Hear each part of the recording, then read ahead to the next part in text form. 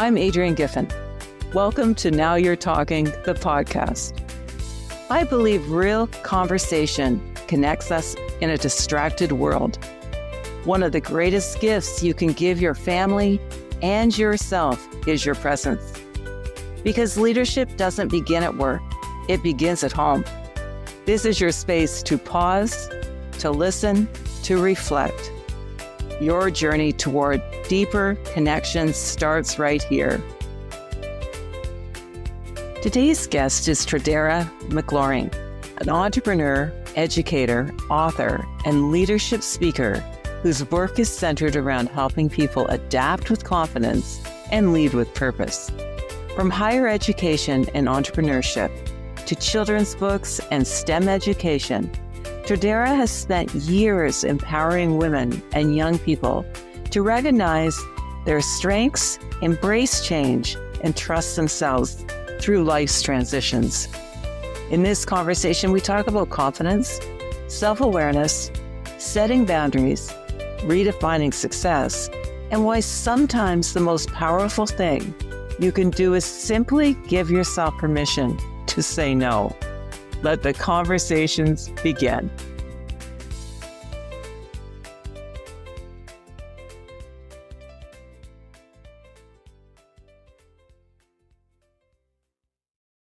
Tradara, thank you very much for joining me today. I'm looking forward to hearing how you manage being an entrepreneur, an author, a parent, and an academic, helping young people on their way. How do you do it all? God is how I do it all. Thank you for having me. This is not within me. I give God a credit for everything that I do because it doesn't make sense. I have the same 24 hours that everybody else has. So, true. Looking forward to sharing some wisdom and some things that has helped me along the way and as I continue to learn myself. Yes, we are all a work in progress, aren't we? Yes. So tell me, you've done so much. It's hard for me to even know where to start. I know your passion is to help women and of all ages. Yeah. And tell me about your talk about change your shoes and yet change your life. It's such a simple concept, but what we talked about earlier is very profound. Yes. Thank you. Thank you. So Change Your Shoes actually started because I'm wearing so many hats. And I say hats because a lot of times people would say, oh my goodness, you wear so many hats in your day to day.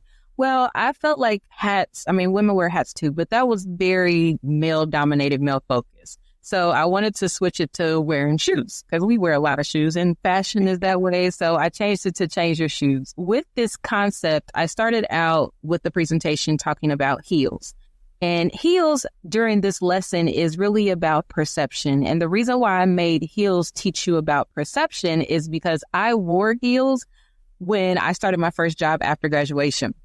I felt like you had to wear heels, you had to wear the suit, you had to have on makeup. That's what made you professional. Well, heels hurt. And I got a new job where it had me walking on cobblestones. And then shortly after, I found out that I was pregnant with my first child. So the heels was not cutting it anymore. My walk was longer and I was no longer even having the desire to wake up anymore to put on the makeup, right? So I had to really realize that my skills was within me. And it had, what I wear is a perception for sure, but I had to learn that I had to be confident in what Tradara carries, whether it mattered what I had on or not. So that was the heels. After that, in the presentation, I switched to flats and I was mind blown by Crocs actually selling like flats. They sell heels too, for those who don't know. But with, really? Yeah. Wow.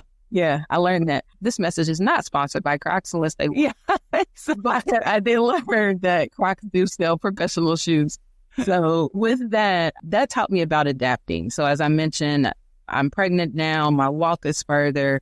No longer am I waking up early to put on makeup. The suits don't fit anymore.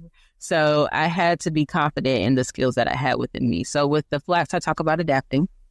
I switch my shoes and I go into tennis shoes. And tennis shoes really taught me the power of saying no. Now I'm a working mother and I really was trying to figure out how do I do all of this? Like, how do I work full time, make sure I'm an amazing employee there. I'm a first-time mom. What does that look like? And I don't know about you, but when you first take on an opportunity, you say yes to everything. Like you want to be at the table. And no longer could I do that. I didn't have the capacity to continue to say yes to everything. So I had to learn how to say no to stuff. So with the tennis shoes, I talk about how to say no and some different concepts that we can go through to see if we should say it. The reason why I picked tennis shoes is because you need to realize that you're focused on what you're running towards. You can't run towards everything. So right, yes, or that all of it is aligned. So there is power in saying no.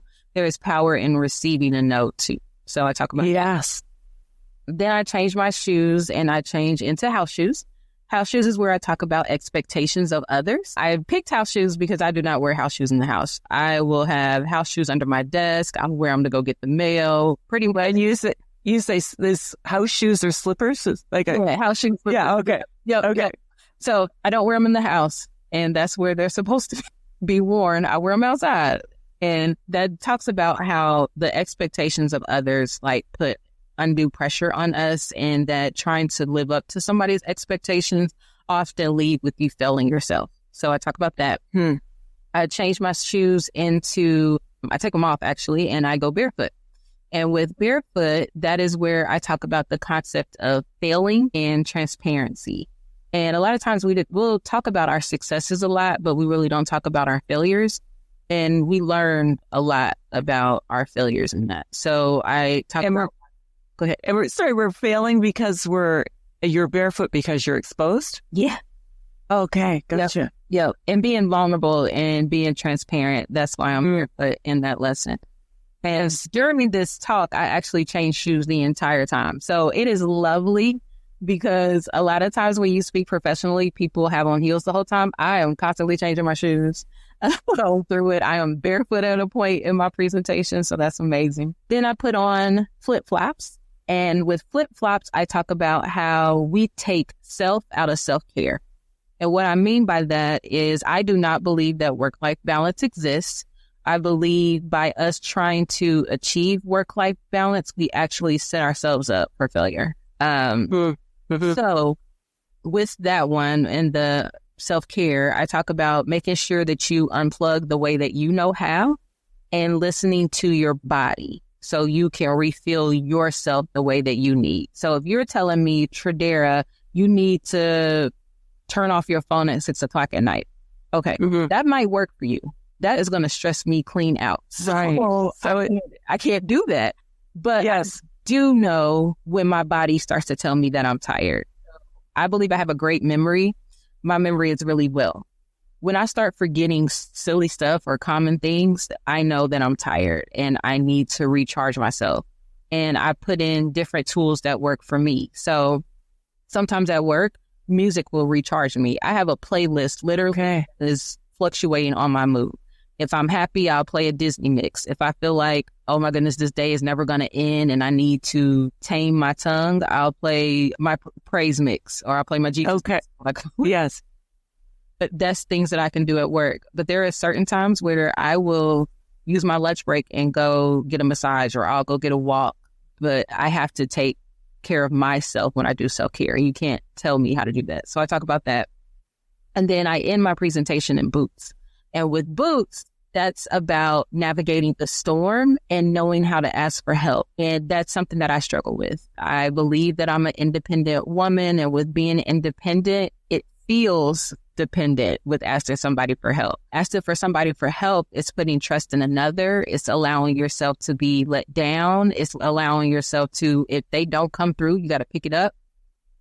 So I just talk about delegation and how to ask for help and how to ride through the storm with your team. Boy, when you talk about all those shoes, they are so, they stand for so many things. And as women, we're, if we could wear 3 pairs at the same time, that would work. Because we're pulled in so many directions. What was the time in your life when you said, okay, enough's enough? I think I have that probably at least more than one time a year where I'm like, oh, this is a lot. Yes. And this is a lot. I'm often told that this is a lot too. Like other people will say, Tradara, you're doing way too much. And I would say being an entrepreneur has helped me a lot because I used to get really offended or hurt by other people telling me no. With people telling me no, you're impacting my bottom line. You can be impacting my money. It could be impacting all the time that I put into you. And I would say this is going to be, I look at it as deep. It's more than just business. But I don't think we as women accept no too well. Even if we want to go back to a toy that we want or to that significant other that we want to date, if they not feeling us, we still go on the pursuit to get that yes. I learned the power of a fast no. Like, you tell me no, and that's great. I know that I do not need to spend my energy or attention in this direction, and I need to pivot and go somewhere else. And then maybe that opportunity will come back later or arise, but I'm no longer chasing a no. So that has helped me. Okay. Yeah. But it's no, not right now. Yeah. But it's not no forever. Right. And it may be. Yeah, maybe. But you've got to the point where you can let that go. I can let that go. Yes, because that was enough was enough. I realized that I was putting energy into something that was not being fruitful because I kept chasing something. Like they said no, or they didn't. Like even them not responding to an email is a no at some point. Like all of these are no. So that's where I started to learn a lot from. Okay, cool. That was a no. Let me move on to the next one. So that's when it just became too much. As you were mentioning at the beginning, I'm working full time. I have kids. I have a dog.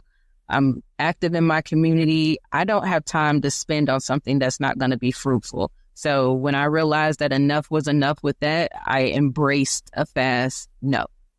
Let me move on to something. Well, that's interesting. So you see no as a gift ultimately. Yeah. So then you can move on to something that's much more productive. Yes. And probably worthy of your time. Yes. Because we don't have much of it. Yes. So tell me, where does your passion come from to help women and to help them see what's possible and to help them realize their purpose? So this is going to be silly, but I would say my passion with helping women started with watching Baby Boom, starring Diane Keaton. Yes, I love Growing up, I just love that movie. I love Diane Keaton in all her roles, honestly. But in that movie, I love that she was on the trajectory to be a partner. I love that she was a boss in New York. I loved everything about Diane Keaton in that movie. Yes. I could not stand when her boss told her that she couldn't have it all because she was a woman. And that just boiled me. So after that, I feel like it became my internal mission to make sure that I can have it all, especially because I'm a woman. So with that one, that's been pretty much a lot of my driving force. Now that I'm old, I do realize that you can have it all, but you may not have it all the time. Or there's seasons when you have it all. I also realize that we determine what all means. So all isn't necessarily the white picket fence and, married and off into the sunset. It might not always be that. All for a person now might look completely different. Yeah. And that's okay. Yeah. And what's your all? What my all is now, I would say right now I'm happy with where my all is. I'm happy that my kids are happy. I'm happy that I believe that they're proud of me. I'm happy that I'm good. Like, I feel content. Happiness is content. Like, I'm still pursuing other things, but as of today on January 30th, I feel good. And I like that I feel good. Yeah. That's great. Wouldn't Diane Keaton she's beaming down right now, knowing that movie had such an impact on you. It did. It did. How old were you when you saw that movie? Young. Yeah. Young. Oh, very young. Is that interesting? But then that sent you on a journey to make sure that doesn't happen for women. That's incredible. Yeah. I wanted to be the Tiger Lady. That was it. I was going to make sure that I was a Tiger Lady. I wrote that down so many different places. I even had in a journal that I want to meet Diane Keaton and tell her. And the thing that's so weird, I appreciate but don't appreciate, I don't know what it's like to be famous, but I wrote her before she had passed in her Instagram and was like, hey, I made this talk and it's all about you, all for you, and you inspired me for that. I didn't get a response from it, but that's something that I did send because it's something fantastic. Oh, that's great. So, and I'm sure she did read it. That's my story, and I'm sticking with it. So share please more about Challenge Island. Sure. Because that seems to be aligned with who you are, and you're helping young people to be all that they can be. Yeah, sure. So Challenge Island is a franchise that was based out of Georgia. And the creator of Challenge Island is an educator. And she actually got the idea watching Survivor. And she wanted to teach STEM and STEAM outside of the classroom, utilizing tools that we have in our everyday home, and wanted to remove the devices from the situation and really take kids back to the root of STEAM and STEM. So for those that not know... Yeah, please. Could you explain that, please? Thank you. Yeah. STEM is science, technology, engineering, and math. STEAM adds in arts because a lot of schools are starting to remove the arts from their programs. So STEAM and STEM education. When I wanted to go into starting a business for myself, I worked with a franchise broker and he brought different opportunities to me. Challenge Island stuck out for a couple of reasons. One, it was something that I could do with my children. The owners were fantastic when I was interviewing them and them interviewing me. They respected me working full time. They respected me as a mom, and the goals of the program disaligned. But what stuck out for me is my background is in higher education, and I have worked in academic advising and I've worked in career advising. So I've experienced how a student feels when they take a hard anatomy class or they take algebra and it's hard for them or difficult for them. And then I've seen them when they graduate and I see the numbers of women in STEM fields or the number of people of color in STEM fields. And I realized that this was an opportunity for me to utilize Challenge Island to go in these classrooms and see kids as young as kindergarten and teach them STEM and teach them how to do that without technology. So then my goal or my hope is when the time comes for them to take that hard anatomy class or that hard algebra class, they'll remember their time at Challenge Island and see that I can do this. Like I can think about a different way to solve this problem. I can be innovative. I've been using these skills since I was a kid. Yes. We wanted to increase representation of that. And what better way to increase representation in STEM fields than to own a company that's focused on that. And I'm a Black woman, so I'm the people of color. I'm the woman in the industry too. So that was my reason for going behind Challenge Island. Oh, that's fantastic. That's inspirational. So you are really building that foundation for these young people that they can draw from when life gets hard. Yeah, they come up against some challenges. Yeah. Oh, that's great. I like hearing that.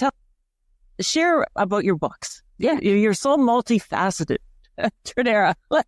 So you've written now 4 books, and you are thinking about and implementing your next series of books. So can you share? Because I think that's inspirational too. Thank you. Yeah. So I've always wanted to be a children's book author. Yeah. And actually, I took a class in college, and one of my professors was like, I wanted to change my major. Like, that's how much I wanted to do this. My major was accounting and legal studies, but I was like, maybe I should change it to an author. And so my teacher told me, not unless you want to starve, you might not want to change your major to do that. So I was like, oh, I don't want to starve. So it didn't change my major. But I was always writing poetry. I've been writing poetry and stories since I was young. I used to write TV shows that I enjoyed. So I wrote an episode. It was never aired, of course, but I wrote an episode of Family Matters. I wrote an episode of Susan and Kale. That was my thing. Yeah. My daughter's father, he actually worked nights. And so with him working nights, he was no longer in the home like after typical work hours. He was out. And my daughter didn't understand it. She was 3. So she didn't know how dad went from being in the house and being there when she went to sleep to now not. And sometimes we were crossing paths in the morning. Like sometimes we didn't see each other until the weekend came when he was off. So it didn't make sense. So I wrote a book while I was on maternity leave with my second child, and it was called Why Daddy Works. And that was something that I was going to give. I gave to him and my daughter for Christmas. And in this story, it's a picture, and it said, Daddy works so we can eat. And I had a picture of him eating and my daughter eating. Daddy works so we can sleep. And it had a picture of us sleeping. And I wrote it so a way that she can understand it. And if she missed her father when he was gone, she could look at the pictures and it helped tell the story. Wasn't that? Yeah. Wow. That's amazing. What a great.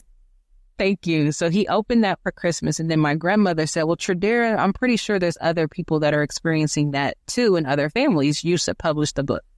So that started my publishing journey of writing books. I wrote Why Daddy Works, and then I wrote Why Mommy Works, because I work too. Yeah, I wrote for sure. Yes. So that happened in 2017. In 2022, I published my third book, and that is I Want a Nickname. So that book was written for my daughter. Yes. She has a unique name. Her name is Mykara, and she kept it was being mispronounced in school. So she came home one day and asked me, did she have a nickname? So I call her Mamas, but that wasn't what she was looking for with the nickname. But she was like, when people mispronounce my name, they always ask me if I have a nickname. So she wanted to have a nickname. And I was like, no. So I told her how she got her name and how we went about creating it, that it's okay to tell someone how to pronounce your name correctly. And then I realized myself having a unique name, other kids have a unique name, let me do something. So I wrote a book for my daughter, and that's where it comes. I Want a Nickname. And in this story, it follows a girl with a unique name, and she's on a hunt to find a nickname because her name was mispronounced at school. It was mispronounced her support. So interesting. So she has to find a nickname. The funny thing about that, the name of the main character, her name is Shadea. My mom wanted to name me that. Well, that's why I named the girl in that story. And then my last book, it just came out in this past October, and that book is for my son. Okay. He said I needed to have it. He needed to have his. So that is my first early reader chapter book. And that book follows a middle school boy who plays basketball, and he gets injured.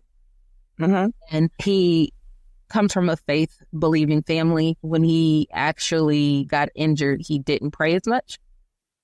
So his father actually teaches him about prayer and taught him about prayer. Okay. And with that book, I did that intentionally because I serve in kids ministry. And times on Sundays, or I see the parents bringing their kids to church, but it's always the mothers. Like I see fathers on occasion, but majority of the time I see moms. So I want this book to focus on a Black father and son, and the father his earthly father teaching him about his heavenly father. And was where I came from that book. And I wanted to teach them how to pray. So I would pray over my food. I now lay me down to sleep type prayer. But when I got older, where I understood what prayer meant and how to have that conversation. So in that book, I use an acronym PASS, like passing the ball. So passing it. Yes.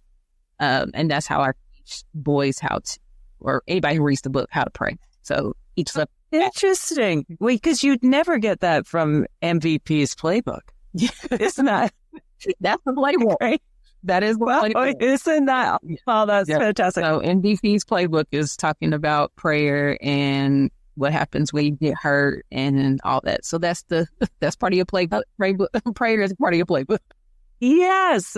Well, what a wonderful message. And so share a little bit about the next series of books that you're envisioning. And my next one is, I've written 3 more. They are all like in different phases of publication. So one that I wrote is about a cloud, and it's about rain. So this embraces the power of crying, because a lot of kids and people, I won't say kids, but people view crying as a weakness. And so I follow the journey of a cloud who didn't have any rain fall out of it, and what happened to the earth when it didn't rain. So it's showing the power of tears, and I use that with earth as a connection. Yeah. Okay. But the second book is a relationship between Alzheimer's. So that one goes with the little girl and her grandfather, and she's trying to help him remember. So I think it's called When You Forget, Love Remembers. So it follows her, that journey with that. And then the one that I'm also passionate about is The Adventures of Malik and Maya. And it is about a brother and a sister that go on scavenger hunts and they find Black inventors. So this was created because I kind of was getting frustrated with my kids coming home during Black History Month and learning about the same people. We got it. Madam C.J. Walker, we know Garrett Morgan, we know Martin Luther King. So there are more Black inventors in the world that we do not talk about nearly as much. So I took a list of Black inventors, and then these kids in this book, Malik and Maya, go on scavenger hunts to find Black inventors based on everyday fantastic tools or everyday items in the world that we don't know was invented by people of color. Okay. I have to tell you that when you said, I'm teary from that one thing that you just said, when people forget, love remembers. And we're going through, my mom is in that stage, and here I am all teary, just from you mentioning that. So boy, oh boy. Yeah. So my grandfather, that was their thing. My grandfather is in that. He has Alzheimer's. So it's trying to, as you're learning that, and it's with the book, my grandfather plays softball. Yes. The little girl was playing softball with her grandfather. So it follows her, that journey of trying to keep him to remember. He remembers softball, and there's little things that he saw with the softball sports that made him like, I know who you are. Like, I know you're a little slugger and different things like that. Yeah. Yeah. Oh boy. Didn't see that coming, Tradara. Oh my goodness. So you really take aspects of your life, and then you turn them into adventure, into joy for children. I find it fascinating because you come from an accounting background, a legal background, this very left brain, yet you are creating this right brain, and then the shoes. I mean, you've made that into a creative adventure that we can all as women relate to. Yeah. Yes. So how were you able to, you function off a whole brain? Yeah. You draw from all sides. At what point in your life did you say, okay, I'm more than this, I'm also this?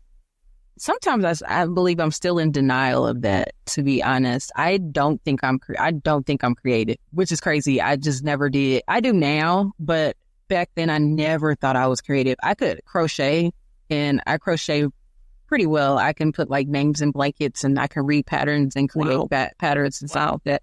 And people would say back then when I was doing that was creative. And I was like, no, it ain't. Like, it's numbers. That's how I looked at crocheting. I was like, I'm really... But yeah, that's how I looked at it. I did not think it was creative at all. I'm like, I'm literally counting chains and counting stitches. I did not think that was creative. But I still don't. I don't know if I'm creative as much as I feel like I have a heart. Like, my heart, I let come out a lot more. And yes. I just want to help people. And that's where it allows me to think outside the box and how to do that. So when I go through something, I feel like I'm not the only one that's going through that. So how can I help those who are coming behind me? And I believe that has always been within me. I'm the oldest, on my father's side, I'm the oldest everything. So I'm the first grandchild. I'm the first niece. I'm the first. And so with doing that, I was always told with my mom, and I tell her now, it was pressure, because everything that I did, they kept telling me somebody was coming behind me. Like, Tradara, you can't wear heels at 10 because your sister's going to want to wear it at 8. Like, Tradara, you can't wear makeup at this age because they're going to want to do it earlier. You can't date at this. Like, I was constantly being told that all the time. Boy. Yeah. And then it's really frustrating when you go and do things and then they don't follow suit.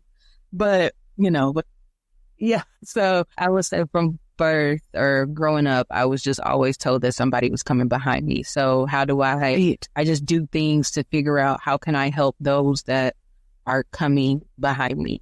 So whatever happens, I try to fix. And then with my focus on kids more because of my own. Yes. So, Yeah. whatever they are going through, I'm like, oh, if my third grader or fourth grader or whatever is going through that, they're not alone. There's another kid that is going through that. My daughter recently, she's artsy. She is creative. Yes. For sure. And she doesn't want to journal. Like, she won't write her feelings, but she can draw a lot. So I created a puzzle journal of her. Yes. And I wanted with that, like, it comes with 60 days of prompts. I sell this too, but it comes with 60 days of prompts, and they color in a puzzle piece based off of that day. And with that, I didn't want them to see any color as a negative color. Like, I didn't want black to be a negative color. I didn't want blue to represent down. Like, they represent different things. But my goal is that when the picture is done, and a couple of kids have done this in middle school, when their picture is done and they then put the puzzle piece together, it is very pretty, but it also shows to kids that don't let one bad day dictate a bad life. Like, so don't let what a great message. Yeah, so I don't want them to, I tell my kids all the time, like, don't make a temporary decision permanent. So look at that one day as a one-day thing.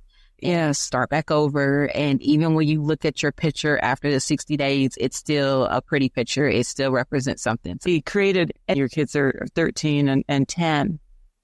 And, that's never an easy time in any era, but right in this era, it's even more complex. Yes. So I praise my mom now, and I'm going to praise her right now on the show. Growing up, I told her she was strict. I told everybody my mama was a mean mama, and me and her, we both know. Like, I tell her I did not like that woman probably from 13 to 18. And she knows it. I know it. We didn't have these conversations, but I can tell her on this podcast and to her face that your girl was wrong. I did not know. My mom was nowhere near as strict as I thought she was. Now that I'm raising my own, I didn't know no better. So I can say that. Mama, I was wrong. So with that, now in this digital age, oh my goodness. Fortunately, I gave my kids cell phones earlier because of all the school shootings. I wanted my kids to be able to access me. If something happens, I want them to be able to call 911. I want them to be able to call me, text me, or whatever. So that is why I gave my kids cell phones earlier, was because I looked at it as a safety and protection thing. Mm-hmm. However, with them having it earlier, I had to educate them earlier. And that's fine. I didn't mind doing that. But with that, like, I started to put limits on things. So at first, their cell phone was shut off at a certain period of time. And that was to control them, to make sure, well, I don't say control, but manage all of it to make sure that they weren't on their phone all hours of the night and doing that. I had certain things where they couldn't, like, if they wanted to FaceTime friends or do that, they had to do that in a common area. So then I was able to hear the conversations. Yes. What else? Now they have limits. So I put app limits. So I've taken off the curfews and put on app limits now so they can control it. So I'll put, like, you can have an hour or whatever on TikTok. Now, I don't care how they use it, but once that hour is up, that hour is up. I also teach them chores differently. Yes. Well, I don't pay them for chores. Chores, I feel like, is something that we all need to do. We all got to learn to wash dishes. I'm not about to pay you to wash dishes. But if you are doing something extra and going beyond, I will pay you for that. So if they want to read a book, I'll pay them to read a book. Or if they want to do, like, tasks that are outside of their chores, I'll pay them for that. But I tell them, like, household things that keep our house running, I'm not paying you for that. Like, we all got to do that.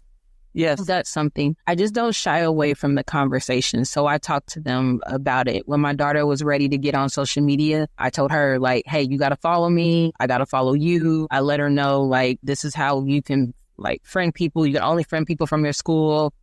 I put stuff on my phone so I can see what she's doing, and I get alerts of what she's doing. And we talk. I have a lot more conversations with my kids than I feel like I had growing up, and that's good. Like, I even take time, that this is what's starting to be a lot of time that's taken away from my me time, is I'm following their interests.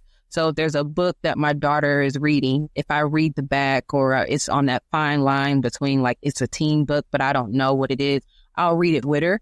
and then we'll talk about it. So it's funny. There's one book that she was reading, and she thought the boy in this book was an amazing guy. And I was like, ma'am, that dude is trash. And this is why. So we were having those conversations. And I didn't have that growing up. Like, my mom didn't talk to me about dating or what to look for and what not to look for. Right. And all that. So she's reading the book, and I'm like, oh, well, what did you like about the guy that you think he's so dreamy? And she'll say that. And I'm like, well, this is what I saw that was a red flag, and we need to run. So me and her had book clubs.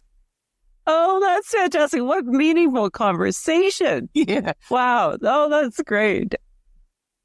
So, Tradara, knowing what you know now, but what would you do the same, and what would you do differently? And it can be from any aspect of who you are in your life. Knowing what I know now, what I would do differently is I would ask for help more. And I would ask for help more as an employee. I would ask for help more as a mom. I would ask for more as a wife. There were things that failure we keep secret. And I understand why. I mean, it's a hard thing to do. It's a vulnerable thing to do. You pretty much are calling out you're ugly to other people, and they can use it against you and they can harm you. So a lot of times we keep that stuff inside. But if I were to do stuff differently, I would ask for help when I started seeing it early on rather than trying to figure it out on my own. So that's what I would do differently. What I would do the same is I would still say yes to a lot of the things that I'm doing. If anything, I would probably want to be fearless sooner, but I don't know if I was ready to handle it earlier. I would do everything that I've said yes to, I would still say yes to if I were to do it all over again. So I would do everything sooner, honestly. I was prepared. And were you really fearless, or were you just facing it? Like facing it down? I was scared. I would say there were some things I was scared about. Now I'm not as scared about a lot of things. I believe my faith has helped me with that. I also believe that's why I wouldn't change stuff, because going through what I've gone through, that allowed me to now be fearless and say yes to stuff. Like now I really do believe, like what I said earlier, with one bad day is not going to make a bad life. One bad thing is not going to impact it all. I do realize that you can go from here and bounce back and do something and life will be fine. I was scared of things. I don't like, if I make this bad decision, it's going to snowball and then the world is going to crumble and come to an end. So it kept me stuck a lot, instead of saying, okay, I'm like, stop always looking at the worst case scenario and looking at the best case scenarios at different situations, figuring out how I can learn from failure, tuning out voices and being confident in myself. Like one thing, which I'll say this to moms, delegate stuff that you already know how to do. And that's something that a housekeeper is my self-care right now. Like I have a housekeeper come to my house every 2 weeks. Do I know how to clean toilets? Yes. Do I know how to wash my dishes? Of course I do.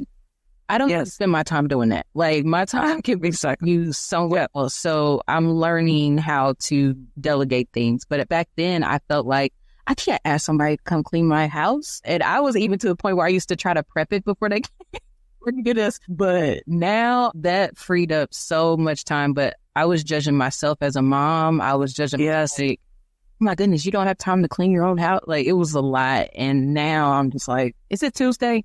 Yeah, exactly. Like, don't you love those Tuesdays with?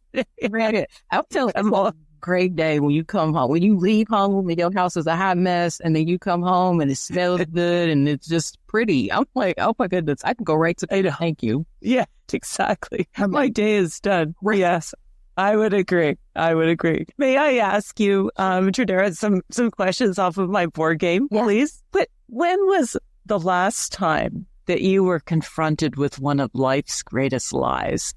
Marriage, I feel like. Cinderella, that shoe, but we don't know what happened when the movie ended. And that happily ever after is a long journey. So I would say marriage was something that was I had a different vision of what that looked like and what it would open up to going through. Now I'm like, whoa. You couldn't have said it more beautifully. What has been a highlight in your career so far? your multifaceted career so far. Starting my career over has been a highlight. So I left the job to actually go work with me and my husband alongside each other. And then we got a divorce like a year after I left my job. And so I went from being a full-time, I went from working 9 to 5 to being a full-time entrepreneur to controlling my time and doing whatever I wanted alongside my husband to then starting completely over in the midst of that. So now it was a lot. That must have been a lot. Yeah. Everything was coming at you at that point. Yeah. Wow. And I have kids in tow. My daughter had to start middle school. And so it went from, and I just left a job. Like I left a good job. I was a boss of and then now I'm starting over and I'm interviewing again and doing all that. And then recently last week, I was notified that I was selected to be a finalist for Indy's Best and Brightest. So that has been fantastic. I'm like, wow. Dude, wow. Because at 30, I got, I think I'm 30. Yeah, I was 31. I received 12 under 40 in the city I resided in.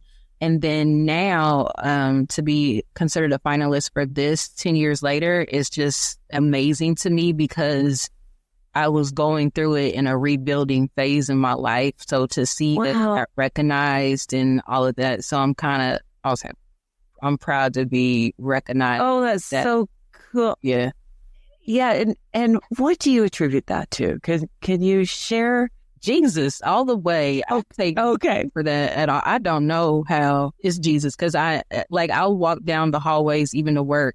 It was one day where I was like, oh my goodness, I'm not crying on the way to work anymore. And I enjoy what I do. And just to realize I don't know when the cloud of doom or whatever went over was lifted, but to see there's a lot of goals that came, Challenge Island came after my divorce, my speaking gigs, and those started to increase after my divorce. My book, 2 of my books came after. So to see some of the professional things that happened after, I'm proud of because I thought it slowed down. I'm not going to lie, it did slow down of what I did have planned for my life, but I didn't think I was going to be able to do half of the stuff that I did afterwards. And so that I did, and to see that it's been recognized on a city level where I'm nominated as a finalist for an award was just kind of the ceremony. I'll find out if I win on April 20th. Fantastic. That's exciting. And it was sort of like the clouds broke open. And you were able to then shine your light, and you have shone your light very brightly. And to see that I think the thing that was helpful is to see that it didn't go away. So I felt like I really felt like it was just for me, it was dark. To me, it was not bright. The sky wasn't blue. The grass wasn't green. But to know that for somebody else throughout these past 3 years, 4 years saw that it was still bright enough to nominate me for award and for me to be selected as a finalist is crazy to me because I'm like, how did y'all see that? How did y'all see that in me when I wasn't seeing it in me at that time? I was fighting for it. And there was moments where I was like, oh, she's good, or, oh, I'm good. But my confidence was rocked. And just to know that all that in me, for me to get this is crazy. Because like I said, my confidence was done. You were then truly faking it while you were making it. I would say the fake was on a whole nother level. The bad thing is I stopped faking it though. I really started, I went to therapy for a year straight, a week. I went every week for over a year. And I started to tell people, which was very uncomfortable. They were like, how are you doing? I'm not good today.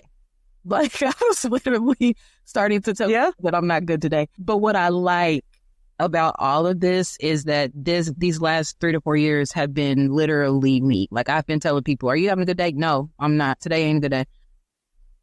So I haven't, and even with this job that I got now, they got me. I did not interview my interview was cool, but I felt like they got Tradara completely authentic me. And even now they still do meetings where I'm like, okay, don't look at me as my role. This is Tradara talking for Tradara. But a lot of people are getting real me because that veil of what I thought has been lifted. Yeah. Wow.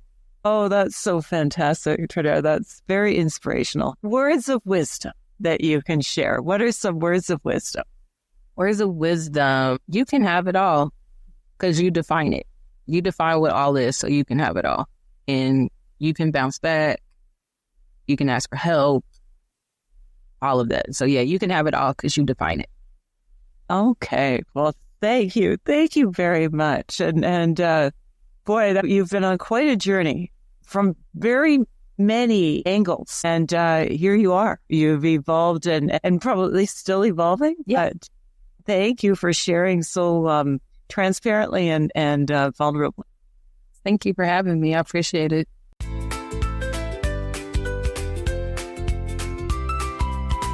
This episode with Tradara McLaurine is a reminder that growth often begins when we trust ourselves, embrace change, and give ourselves permission to move forward differently.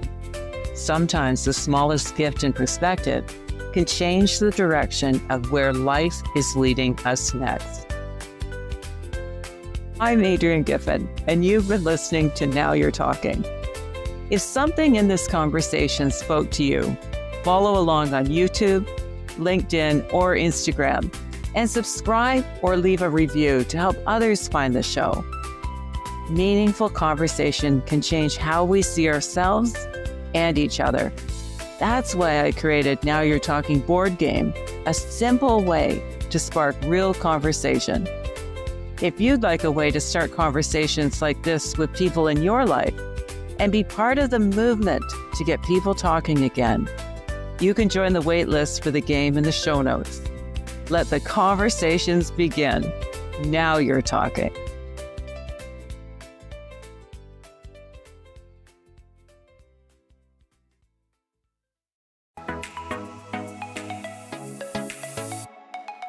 I'm Michelle Abraham, and we are honored to have Adrienne Giffen's Now You're Talking podcast on our High Vibe Podcast Network. For more High Vibe shows like hers, head on over to highvibepodcastnetwork.com and grab your free gift from our gift vault from all of our hosts. Until then, stay high vibe.